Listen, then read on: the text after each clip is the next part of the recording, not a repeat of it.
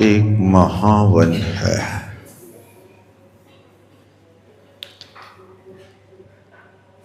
इस संसार रूपी महावन के भीतर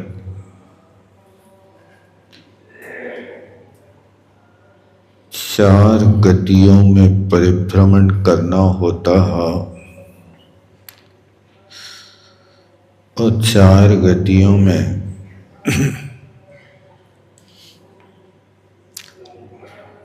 प्रधान गति किसको माना जाए? तो चार गतियों में मुख्य गति त्रियंच गति मानी जाती है।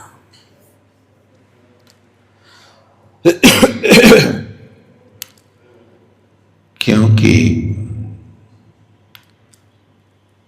इस जीव को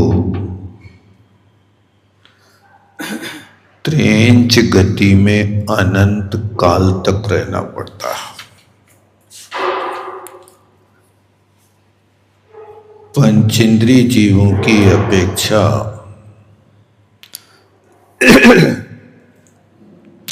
सबसे ज्यादा दुख नरक गति में होते हैं, लेकिन नरक गति के दुखों को वो भोगता है जो जीव पंचेंद्रिय अवस्था को प्राप्त होता है। नरक आयु का बंध भी वो जीव करता है जो पंचेंद्रिय होता है। एक इंद्रिय से लेकर चार इंद्रिय तक के जीव नरक में नहीं जा सकते।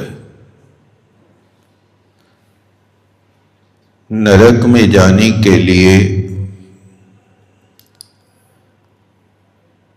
संघनन हो और उस संघनन के साथ इतना संक्लेश हो कि जिस संक्लेश से नरक आयु का बंध कर सके। एक इंद्रिय और विकलत्र चूंकि बड़ी बड़ी अवगाहना के होते हैं। एक इंद्रिय में 1000 योजन की अवगाहना वाला कमल होता है,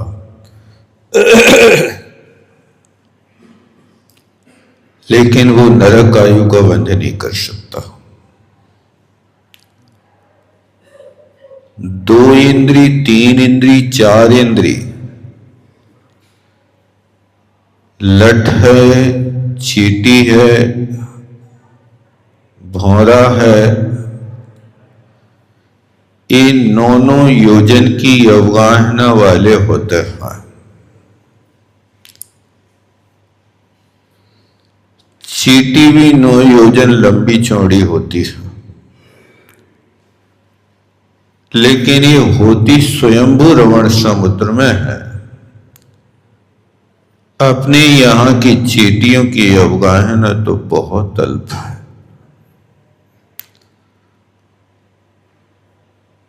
वहां इतनी बड़ी अवगाहना होने के बाद में जीव नरक आयु का बंध नहीं कर सकता।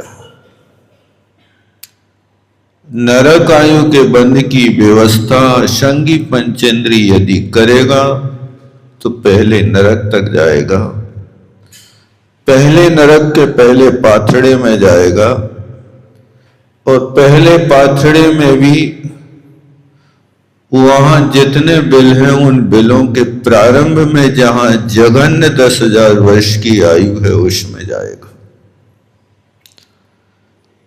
इसलिए संसार के परिभ्रमण के अनेक प्रकार के भंग हैं, और इस संसार का स्वरूप अकेले श्रावक नहीं, मुनि महाराज भी करते हैं, बड़े बड़े योगी भी करते हैं। और योगी भक्ति में भी सबसे पहले संसार का स्वरूप बताया। नरक पतन से भीत हुए हैं, जागृत मति है मथित हुए। जन्म मरण में शत शत रोगों से पीड़ित हैं व्यथित हुए। बिजली बादल सम वैभव है, जल बुर्बुद जीवन है। यों चिंतन कर प्रशम हेतु मुनि, वन में काटे जीवन है। यूं चिंतन कर, ऐसा विचार करके। कैसा विचार करें? नरक पतन से, नरक की दुखों से वे मुनि महाराज बहुत त्रस्त है। नरक पतन से और क्या है? भीति। भीति माने भय। तो यहां पर संसार का स्वरूप बीज रूप में नरक से प्रारंभ कर लिया। इसलिए नरक को लेकर के चारों गतियों के दुखों का वर्णन करो। और उन चारों गतियों का दुखों का वर्णन आप करते हो तो ये संसार का चिंतन है। तुमसे कुछ भी नहीं आता है तो 6 ढाला की पहली ढाल का आप चिंतन करते रहो तो ये संसार के स्वरूप का आपको पता चल जाएगा। संसार 6 ढाला की पहली ढाल में चारों गतियों के दुखों का संक्षिप्त लेकिन अतीव वैराग्य प्रद वर्णन उन्होंने किया। उसको पढ़ करके हृदय वास्तव में वैराग्य से भर जाता। देखो उस संसार का प्रारंभ कहां से कर रहे हैं? तो उनने लिखा काल अनंत निगोध मझार। हे आत्मन, तुम दूसरे स्थान के दुखों को तो छोड़ो, तुमने अनंत काल निगोध में व्यतीत किया है। काल अनंत निगोध मझार बीतो। एक इंद्रिय तनधार, एक इंद्रिय के शरीर को धारण करके अनंत काल तक निगोध में व्यतीत किया। तो वहां झूला में झूलते रहे क्या? एसी में बैठे रहे क्या? वहां जन्म मरण नहीं हुआ? अरे सुनो वहां की कहानी। एक श्वास में 8-10 बार, एक श्वास में 18 बार मर गए और जन्म हो गया। श्वास किसे कहते हैं? एक बार नाड़ी के स्पंदन को श्वास कहते हैं। और वो भी नाड़ी का स्पंदन हर किसी का नहीं लगाना। जो आगम में कहा है उसका लगाना कि एक अंतर मुहूर्त में स्वस्थ मनुष्य की नाड़ी का स्पंदन 3773 बार होता है। वो नाप तोल से लगाना, यानी पौन सेकंड में एक बार नाड़ी का स्पंदन हुआ। उस पौन सेकंड के काल में निगोदिया जीव ने 18 बार जन्म मरण के दुखों को भोग लिया। और सबसे ज्यादा यदि कष्ट है तो जन्म मरण का ही तो कष्ट है, और दूसरे कष्ट थोड़ी हैं इतने। इस तरह से 6 ढाला में पहली ढाल में चारों गति के जो दुख हैं, उन दुखों को जब आप विचार करते हो तो इसी का नाम संसार से वैराग्य होना। इस संसार से विरक्ति होना है तो 6 ढाला की पहली ढाल हमेशा पढ़ते रहो, अकेली पढ़ो नहीं।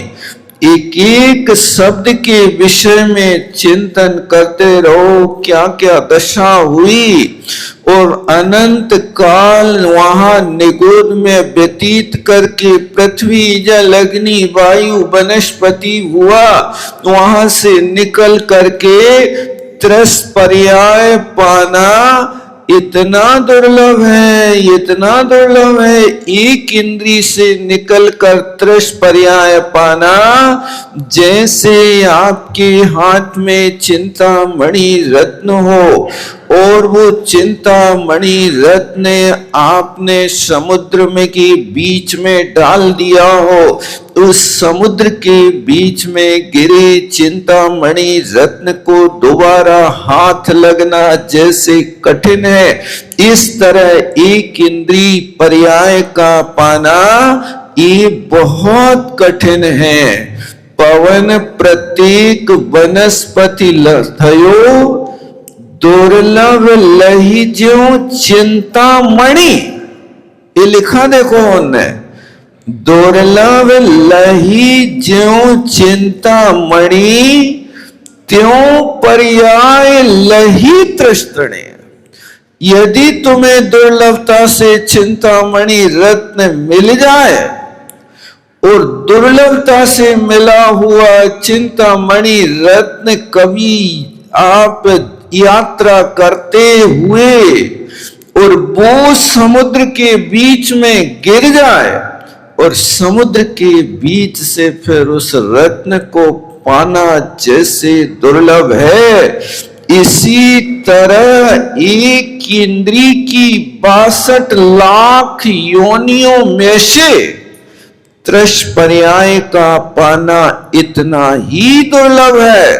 और त्रस पर्याय मिल गई तो त्रस पर्याय से 2 इंद्री 3 इंद्री 4 इंद्री पर्याय को पार करके पंचेंद्री पर्याना और दुर्लभ है, और दुर्लभ है। और यदि पंचेंद्री बन गए तो ऐसे पंचेंद्री बने, कहूं आप भयो बलहीन सबलन कर खायो अति दीन। वो एक जीव तो मृग बन गया और दूसरा शेर बन गया।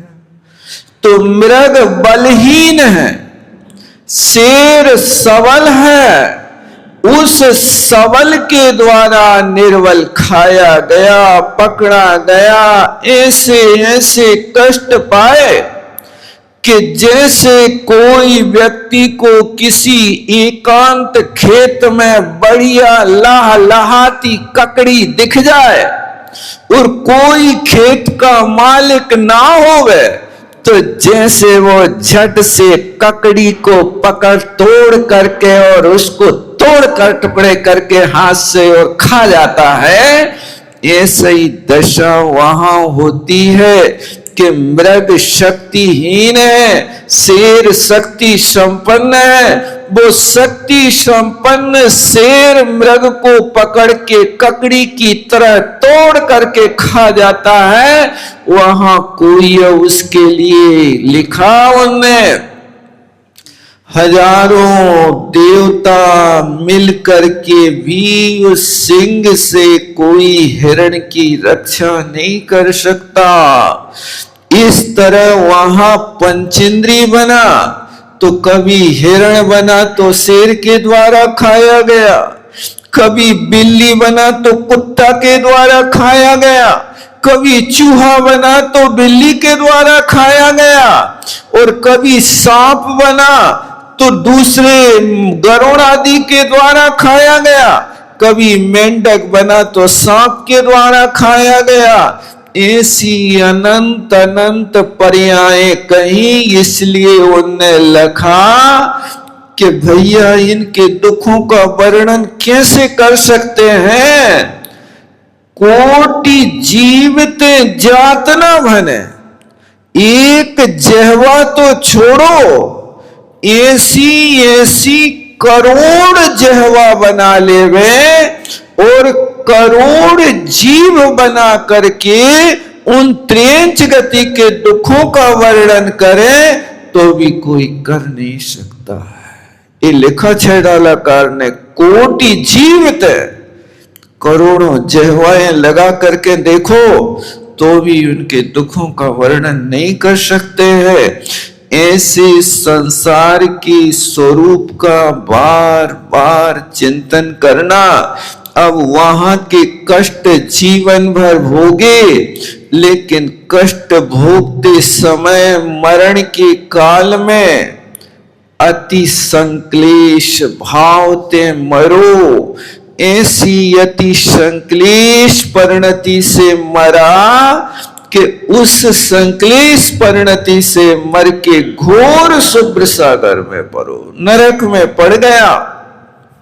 एक दिन यहां गुना में गौशाला में एक गाय को लाए जिसका आधा पैर एक्सीडेंट में कट गया था। अब वो गौशाला में गाय पड़ी थी। अब भाग से रात के 1 बजे उस गौशाला में कहीं से कुत्ता घुस गया और वो कुत्ता उस गाय के यहां तक पहुंच गया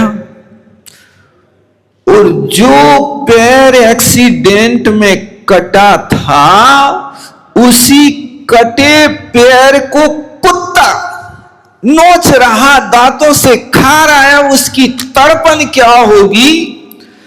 अब वो भाई 1 बजे जो उसका संरक्षक था, संयोजक था, वो वहां जब सोने लगा तो एक बार अपने मोबाइल में उसने गौशाला का हाल देखा और देखा तो वहां पर कुत्ता उस गाय को चीथ रहा है जहां उसके पैर के लिए इतना जख्म बना हुआ था।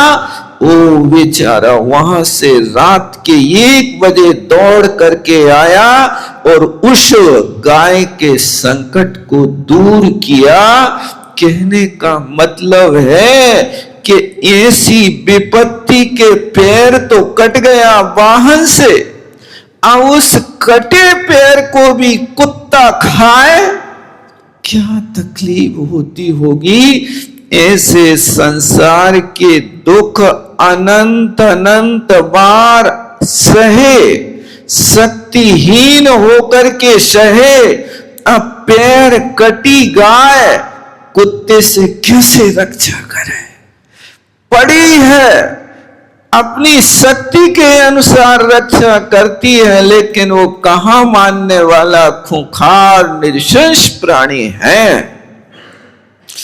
इस तरह से यहाँ के दुख, और फिर वहां से चला नरक से निकला तो मनुष्य गति के दुख। मनुष्य गति में भी कहीं कोई सुख नहीं। आप लोग रोज भजन पढ़ते हो, क्या पढ़ते हो। संसार में सुख सर्वदा कोई तो ना दिखे, कोई तन दुखी, कोई मन दुखी, कोई धन दुखी देखे। संसार में सुख सर्वदा कोई तो ना दिखे। वे लिख रहे हैं कि संसार में पूर्ण रूप से सुखी तो कोई नहीं दिखाई दे रहा, कोई नहीं दिखाई दे रहा। आपके घर में धन तो है, लेकिन कलहारी नारी है। धन तो है, बेटा विक्षिप्त है। धन तो है, लेकिन बेटा वेश्यागामी है। धन तो है, लेकिन धन होने के बाद में एक पल को भी शांति का अनुभव नहीं हो रहा है। धन से दुखी नहीं तो मन से दुखी हो, और यदि मन से दुखी नहीं हो तो शरीर रोगाक्रांत है। एक दिन एक महानुभाव आए, महाराज आशीर्वाद दे दो। भगवान ने हमारे ही घर में सारे दुख भेज दे, पूरा परिवार बीमार पड़ा, एक उठ नहीं पाता, दूसरे को मेडिकल ले जाना पड़ता, एक दिन तो बहुत सारे पूरा परिवार ही मेडिकल चले गए। कोई तन दुखी, कोई मन दुखी, कोई धन दुखी देख। इन सारे के सारे दुखों को देख करके दुखों को मिटाने का उपाय क्यों नहीं किया जा रहा है? क्यों मौन बैठे हो? हम तो दिगंबर हैं, दिगंबर तो हो, लेकिन दुखों से छुटकारा पाने का उपाय नहीं करोगे तो आप भावों से दिगंबर बने हो वास्तव में, लेकिन तुम्हारा दिगंबर दिगंबरत्व के योग्य नहीं। दिगंबरत्व तो तब है जब हमारी वैसी आस्था बन करके और अपने निजी दुखों को मिटाने का पुरुषार्थ करें। देखो, ये संसार के दुखों का बार बार चिंतन करना, उस संसार के बाद लिखा शरीर। ये शरीर क्या है? रात दिना में दास होय कर सेव करी तन केरी, तो तन मेरे काम न आयो भूल रहो निधि मेरी। मैं रात दिन जिस शरीर की सेवा करता रहा, मैं दास बना, उस शरीर मालिक बना, उसकी सेवा करता रहा। उस शरीर ने जो कहा वैसा किया। रात को 12 बजे भी उसने कहा साबूदाने की खीर खाने हैं, हो भैया बना दे रहे हैं, खा लो। हमें तो मूंगफली की मिठाई खाना है 12 बजे, हो भैया खा लो। रात दिन उसकी गुलामी करते रहे।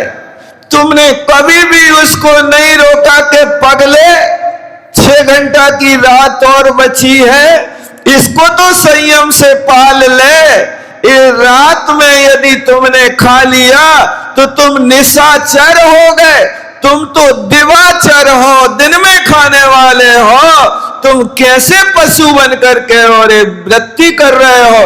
तुमने अपने मन को नहीं समझाया, बस मन में आया जो वो ही करने लगे, चाहे दिन हो, चाहे रात हो, चाहे शाम हो, चाहे सुबह हो। एक पल के लिए भी तो इच्छाओं का निरोध नहीं किया। जब जो इच्छा हुई तभी करने लगे, खाने लगे। बुढ़ापो आ गया, 80 साल की उम्र हो गई। अब बहुएं बेटियां घर में नहीं मंदिर में गई और 80 साल के दद्दा घर में पड़े हुए खिसक खिसक के किचन में पहुंच गए और जो मिलो सो सब खा पी के साफ करके आ गए। ऐसा अभी कोई गुनाह में शिकायत कर रहा था, हमारे दादा ऐसा करते हैं। हो क्या करें? ये शरीर की गुलामी करते रहे, शरीर के लिए देने के लिए तो खिसक खिसक के किचन पहुंच गए, लेकिन खिसक खिसक के मंदिर जाने का भाव नहीं बना। खिसक खिसक के साधुओं को समागम लेने का भाव नहीं बना। वहां खाने के लिए तो कछु भी कर ले। यही तो शरीर की दास्ता है, यही तो गुलामी है। इसलिए इस शरीर की दशा ऐसी है, रात दिना में दास होय कर सेव करी तन केरी, तो तन मेरे काम न आयो। मैं सोच रहा था कि बुढ़ापे में ये साथ देगा, लेकिन बुढ़ापे में साथ कहाँ देता। बुढ़ापा आने के पहले ही वो जवाब देने लगता है, अब हमारे ऊपर भरोसा मत करना। क्यों? क्योंकि अब हमारी दशा भिन्न हो रही है, हम तुम्हारा साथ नहीं देंगे। इसलिए शरीर के एक एक अंग शिथिल होने लगते हैं, आंखों से कम दिखने लगता, कानों से सुनाई कम पड़ने लगता, दांत तुम्हारे टूट जाते हैं। क्योंकि दांत इसलिए तोड़ दिए जाते हैं कि तुम मन मन को खाओगे नहीं, तो ज्यादा गुलछर्रे नहीं उड़ाओगे, वैराग्य प्राप्त करोगे। लेकिन क्या करें, हमारे दांत टूटते हैं तो आजकल तो 35,000 की बत्ती बिल्कुल अभी लगवा के आ जाओ आप। तत्काल डॉक्टर खड़ा है, और आ जाते हैं, लेकिन ये नहीं समझ रहे कि प्रकृति तुम्हें नोटिस दे रही है। वो प्रकृति ने नोटिस दिया कि भैया अब दिन खाने के नहीं है, अब भोजन के नहीं, प्रभु भजन के दिन आ गए हैं, तब परमात्मा की भजन करो। बुढ़ापे में अब आपको जितना आपका मोबाइल पे अंगूठा चलता है उतना माला पे चलने लगे तो तुम्हारा जीवन बदल जाए। इसलिए ध्यान रखो कि माल तो कोई साथ न चाले, माला चाले साथ, बुढ़ापे तोरी कोई न पूछे बात। तुम्हारा माल तो कोई साथ में नहीं जाएगा, साथ में जाएगी तो माला जाएगी। इसलिए अपने हाथ में माला रखो हमेशा, एक एक पल को भी भगवान को ना भूलें। जिन लोगों ने ना ली हो माला, वो काउंटर ले करके और अपने उपयोग को स्थिर करें, चाहे बूढ़े हो, चाहे जवान हो, चाहे बच्चे हो, क्योंकि मौत किसी के साथ रिश्ता नहीं निभाती है। वो तो सर्वभक्षी नाम है यमराज का, मौत का एक नाम सर्वभक्षी। सर्वभक्षी का अर्थ समझते? जैसे तुम लोग सब कुछ खा जाओ, चाहे आलू हो, चाहे भट्टा हो, चाहे पालक हो, चाहे पालक का, सब खाने को तैयार हो। इसी तरह मौत भी सर्वभक्षी, चाहे गर्भस्थ शिशु हो, चाहे खेलता कूदता होवे, कोई ठिकाना नहीं मौत कहां से आ जाए। देखो अभी देखा, एक 10 साल को बच्चा पतंग उड़ा रहा था, बोरिंग में गिरा, बेचारा निकाल नहीं पाए, लाखों प्रयास करे लेकिन नहीं सफलता। ये इस तरह से दुख जीवों को उठाना पड़ते हैं। इसलिए वैराग्यमेव अभयम, यदि आपके लिए सबसे बड़ी संजीवनी बटी है तो वैराग्य है। तो शरीर से बार बार ऐसा विचार करना, देह अपावन अथिर घिनावन, या में सार न कोई, देह अपावन अथिर घिनावन। ये पद देखो कैसे प्यारे रखे हैं कि ये शरीर कभी पवित्र नहीं होता है और तुम पवित्र करने में लगे हो। रात दिन सावन घिस घिस करके उसको पवित्रता बनाना चाहते हो। मैं पूछता हूं भैया, सावन से शरीर पवित्र होता है? यदि आपके सामने एक कोयला की गांठ रख दी जाए और एक मन सामने रख दी जाए और कहा जाए कि इतनी सामने लगा के तुम इस कोयला को सफेद कर दो, तो कोई के पास है शक्ति कि वे सामने घिस घिस करके और कोयला को सफेद कर देवे? आज तक कभी हो नहीं सकता। लेकिन कोयला को सफेद करना है तो कैसे करोगे? उसको आग में डाल दो और आग में डलने के बाद, जाज्वल्यमान होने के बाद, उसके बाद जो होगी वो कोयला की चांदी की तरह वो रजत भस्म बन करके तुम्हारे सामने आएगी, कालापन पूरा समाप्त हो जाएगा। इसी तरह ये शरीर भी कोयला की भांति है। भूल में मत रहना कि मैंने नाना वस्त्राभूषण, मैंने स्तन को पहराए, अच्छी अच्छी अतर फुलेल लगाए, लेकिन फिर भी जब देखो तब इसमें से नौमल द्वार बह निस्वासर, नाम लिए घिन आवे। नौनो द्वार यहाँ से रात दिन बह रहे हैं, जिनका नाम लेने में घृणा आती है। ऐसे शरीर के लिए फिर भी हम सजाने के लिए लगे हुए हैं। इससे विरक्ति भाव लेना, इससे आप काम तो ले लो, एक काम दे करके तुम्हारा नाम कर सकता है। इसलिए लिखा समंत भद्र स्वामी ने, स्वभाव तो सुचौकाए रत्नात्रय पवित्रते। इस शरीर स्वभाव से असुचि है, अपवित्र है, लेकिन रत्नात्रय से पवित्र हो जाता। इसलिए आचार्य श्री की पूजा में पढ़ते थे, रत्नात्रय से पावन जिनका यह नारिक तन है। और क्या है? गुप्ति समिति अनुप्रेक्षा में जो रहते निस दिन मन है। जो भी हो आप लोग पढ़ लेना, पढ़े लिखे तो हो, हमें तो आ गई पंक्ति याद। ऐसा उनके लिए लिखा, रत्नत्रय से पावन। इस शरीर को पवित्र करना है तो रत्नत्रय से पवित्र हो जाता है। और जब रत्नत्रय से पवित्र हो जाता है तो फिर देखो मरने के बाद भी ये शरीर मांगलिक होता है, समाधि होती है। और इसको जहां भस्म किया जाता है वहां उस स्थान पर उनकी निषेधिका बनती है। ये क्या है जिस शरीर की तुम इतनी निंदा कर रहे थे? नहीं, इसी शरीर में रहने वाली भगवान आत्मा ने वास किया है, इसलिए वो भगवान आत्मा आज सिद्धालय में विराजमान हो गई। लेकिन उस सिद्धालय की जो पीठिका थी, उस पीठिका को हम आज निषेधिका के रूप में यहाँ पर उनकी पूजा करते हैं। ये यहाँ मांगलिक होता है। इस तरह से शरीर से काम ले सकते हो, बस ये है कि काम समझदारी से करना, विवेक से करना। सबसे अच्छा एक जिसका नाम विवेक, आप उस विवेक का आश्रय लो, जीवन बदल जाएगा। ऐसे शरीर के विषय में बार बार चिंतन करना। और फिर इसके बाद कहा भोग। देखो ये तीन चीजें लिखी ना आचार्य महाराज ने, जैसे महाराज लिख रहे हैं। जैसे स्वामी की टीका तात्पर्य टीका में दूसरी लाइन में लिखा कि वो परम तत्व ज्ञानी जीव संसार वैराग्य संपन्न हो। देखो एक एक के साथ लगाना, यहां संसार वैराग्य समापन्न हो।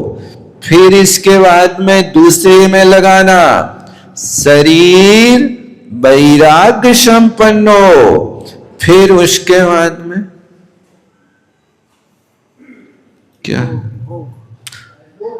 भोग वैराग्य संपन्न हो। इस प्रकार संसार शरीर भोग से संपन्न होता हुआ आगे क्या है? शुभाशुभ। तो यहां पर ये तीनों के साथ अलग अलग वैराग्य समापन्ना लगाना।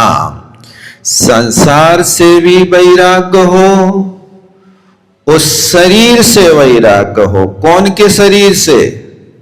पर के अपने अपने शरीर से राग ज्यादा। देखो हर व्यक्ति को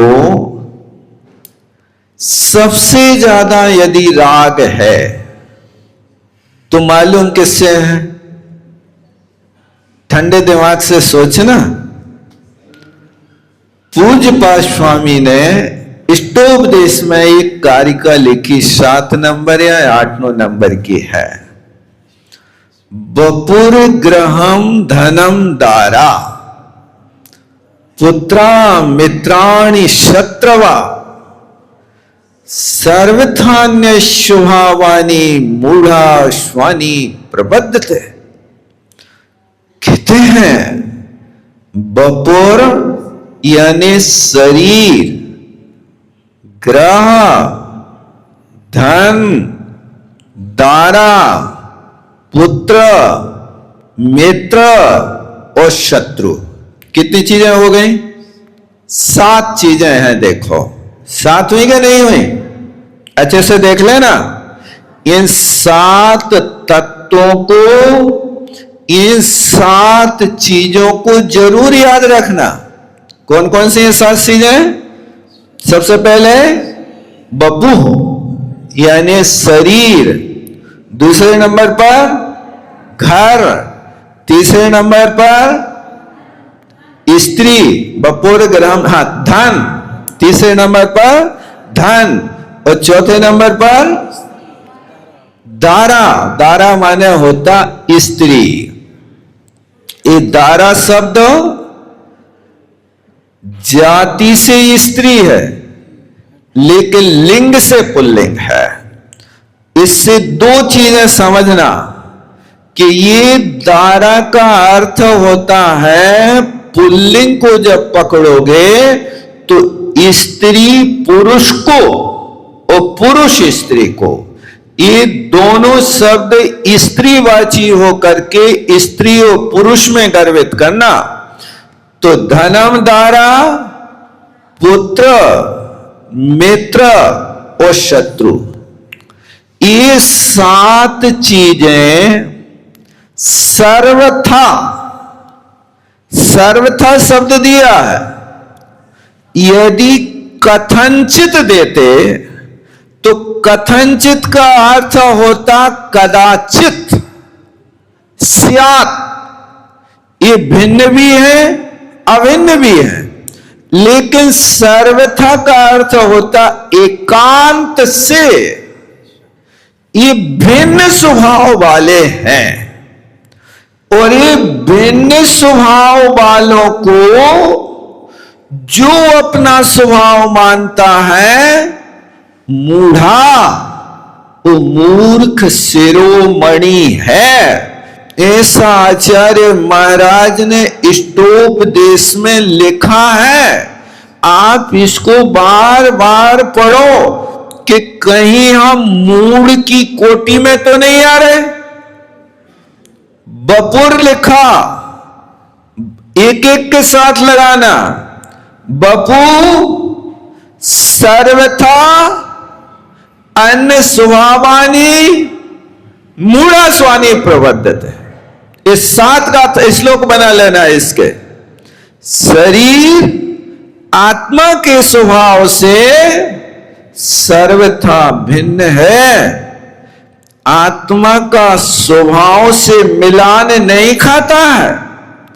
आत्मा ज्ञान दर्शन स्वरूप ही है। और शरीर नौ द्वार को बहाने का एक घड़ा है।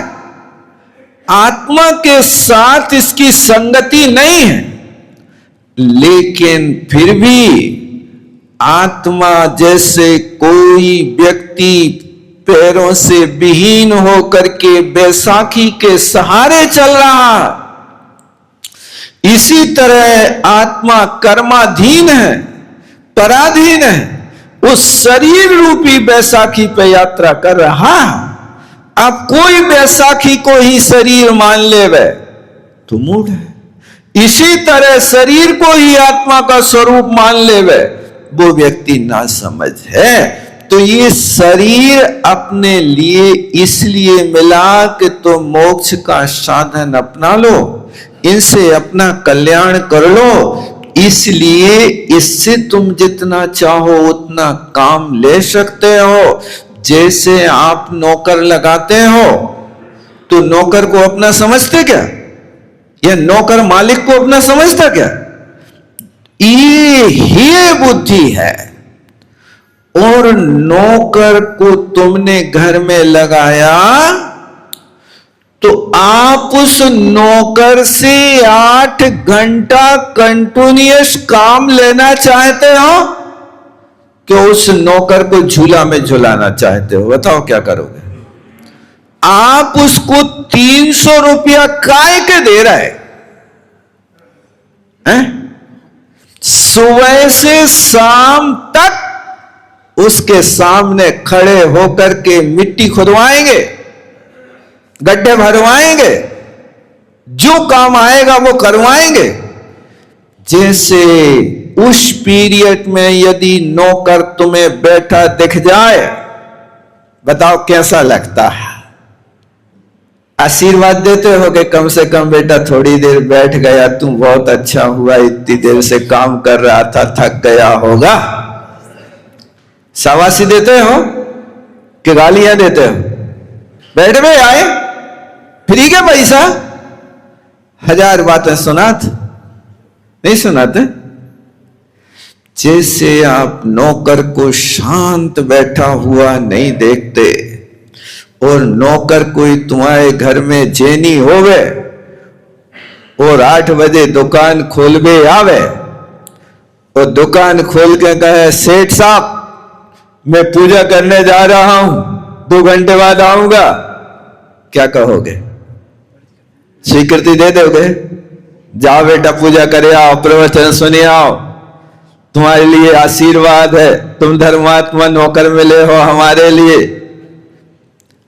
कि कल से उसको भगा दोगे? पूजा के लिए छुट नहीं दे सकते? क्या करें, तुम कैसे फंदे में डाल रहे महाराज? ये भंग तुम्हारे घर में बनते हैं। तो जैसे आप नौकर को बैठना पसंद नहीं करते, हमेशा चाहते हो कि चल काम में लगा रहे, शरीर भी एक नौकर है, उसके लिए भी प्रेरणा कहो बार बार के तो यहां रजाई में न दुबे रहो, ठंड न मनाते रहो, चलो काम करो।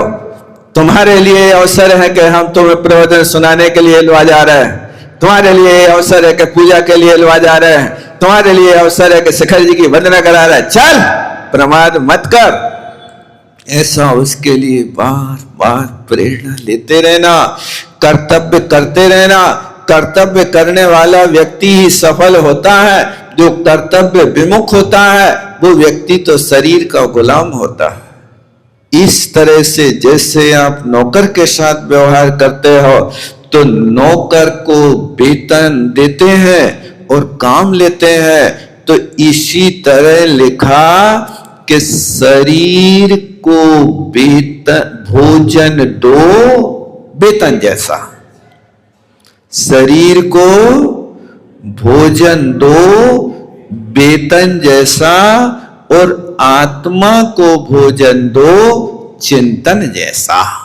ये यदि तुम संसार शरीर भोगों के विषय में यदि विचार करोगे तो वैराग्य होगा। उसमें भी शुभाशुभ कर्म फलम उद्यागतम, शुभ कर्म और अशुभ कर्म के फल उदय को प्राप्त हुए हैं। यदि शुभ कर्म है तो सुख मिलेगा, अशुभ कर्म है तो दुख मिलेगा। ऐसे शुभ अशुभ कर्म के फल को उदय में आते हुए देखकर उस वस्तु स्वरूपेण विशेषण, उस वस्तु के वास्तविक स्वरूप को समझने में कमजोरी नहीं करना, जैसे का तैसा निर्णय करना। क्योंकि कभी कभी जहां अपनापन होता है वहां ढीलापन आ जाता है। परीक्षा चल रही हो, आप मास्टर हो, उस 100 लड़के होवे, उन 100 लड़कों में एक लड़का तुम्हारा भी परीक्षा दे रहा होवे तो तुम वहां पर परीक्षक बने हो, तो बताओ तुम अपने लड़के के साथ क्या व्यवहार करोगे? यदि दूसरे लड़के नकल करें तो उनके साथ व्यवहार, वो तुम्हारा लड़का नकल करे, वो तुम्हारे सामने नकल का चिट्ठा खोल के भी रखा रहे, तो आप उससे क्या कहोगे? कहोगे कुछ क्या नहीं कहोगे? आप बताओ, ईमानदारी बरतो। क्या दूसरों के साथ आप बार बार कहते हो ए कोई नकल नहीं करेगा, सब सामने देखो? ये जैसे आप बार बार सचेत करते रहते हो, क्या ये सचेतना आप अपने बेटे के लिए भी दे रहे हो? क्या तुम्हारी भी अपेक्षा है कि मेरा बेटा बिना नकल करे पेपर दे दे? नहीं।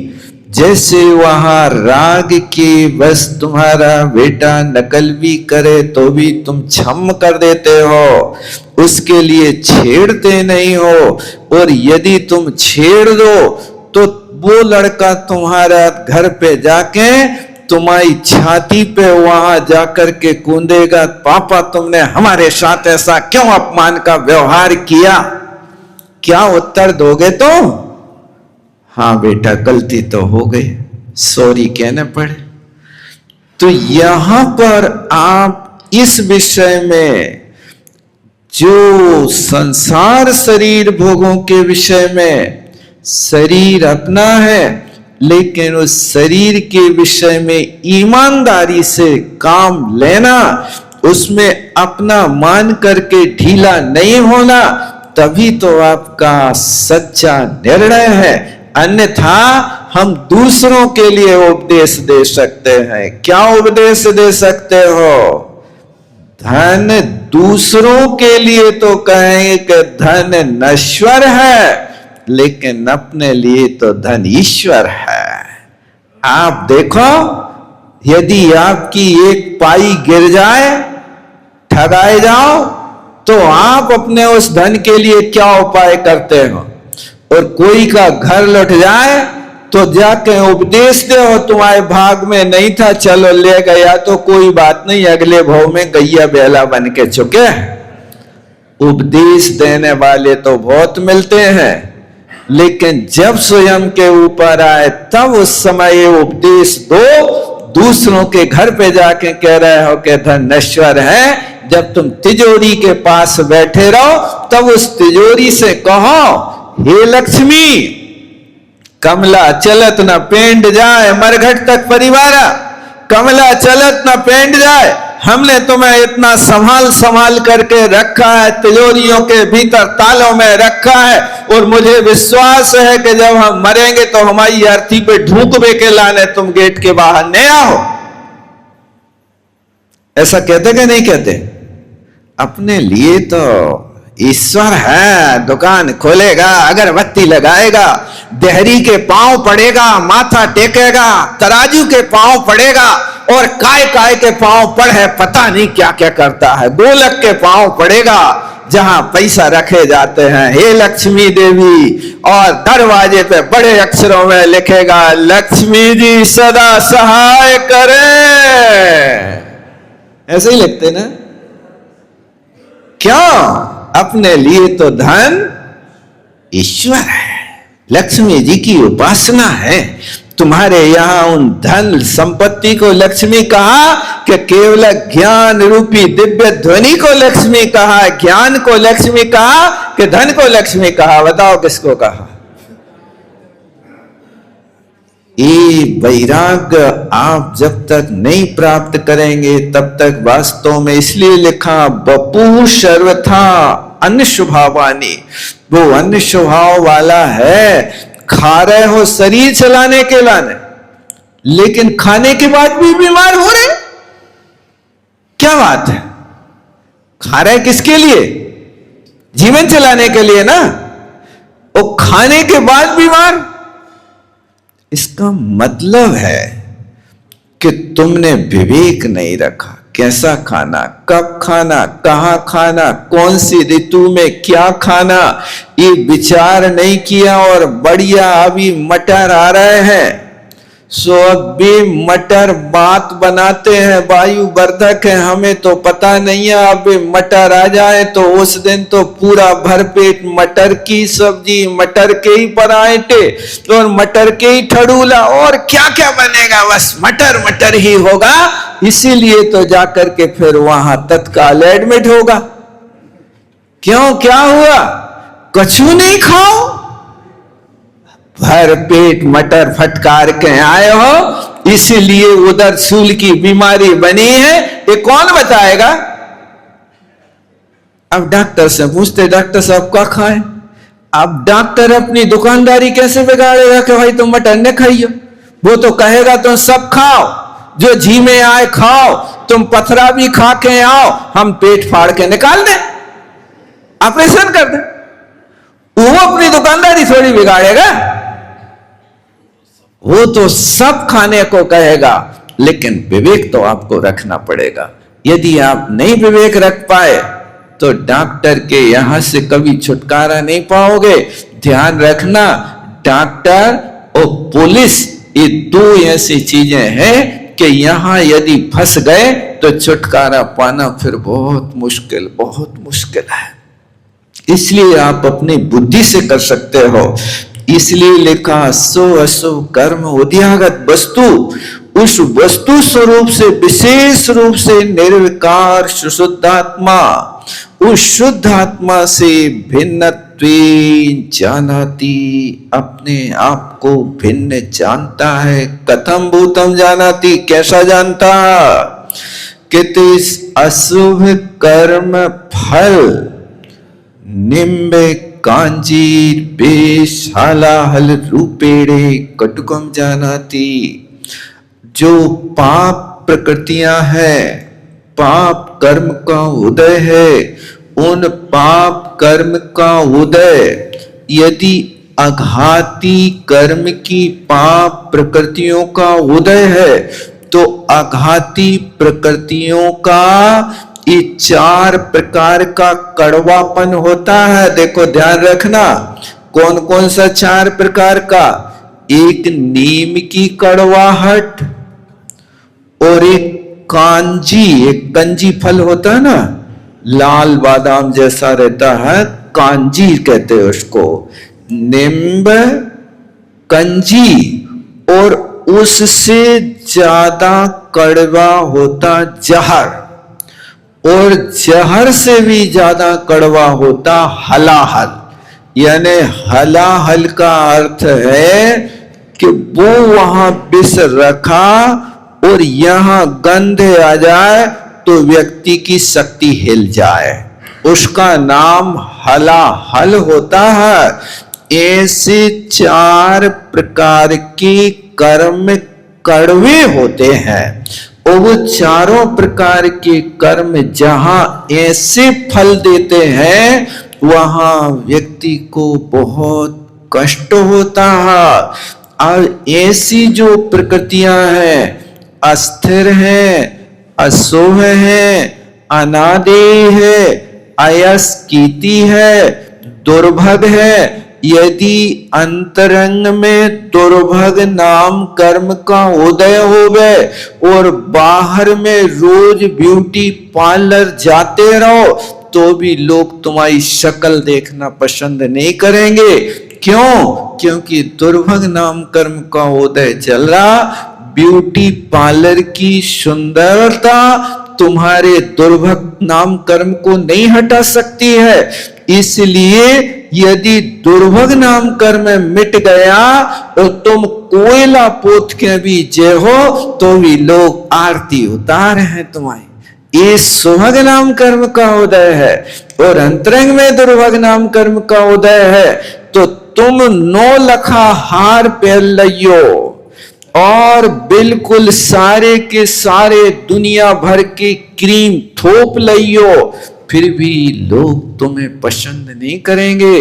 ये अंतरंग कर्म सिद्धांत को समझो।